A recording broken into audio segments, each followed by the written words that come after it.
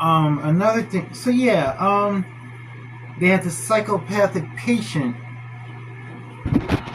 in the hospital where I was, and they were trying to weed. They used her to weed us out to see which ones were the strong and which ones were the weak. They could have been using us for criminal activities, and all of this is in America. You know, all of this is in America. You know, they've had people. I've watched people get hurt. I've watched people get belittled. I've watched people get abused. I've watched people get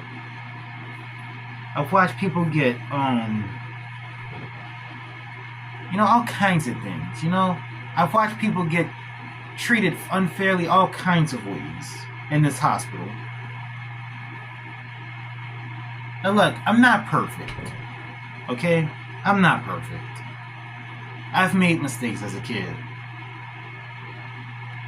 You know, this is actually my 4th time being in a mental hospital. So I've made mistakes as a kid. But you have to understand, if you got places like this, how do you expect for people to get better?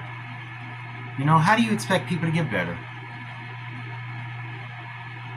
People are not, with places like this, you're giving people only the few chances of killing themselves, selling drugs, or doing drugs, really, when you're doing these things. And people, it's time to wake up and realize that. You know, it's time to wake up and realize that. You know, I've watched another instance where these people used the same woman. Where they took the same woman. They took the same woman to sell, who they gave steroids to. They took the same woman who they gave steroids to, and they gave her a whole, monitoring person. They gave her a monitoring tech nurse to watch her while she was watch her while she was on the medicine that was actually steroids. And they would belittle her. They would actually give her whole teams and stuff to counsel her and stuff. Never mind the fact that they gave her steroids. They gave her steroids. And they gave her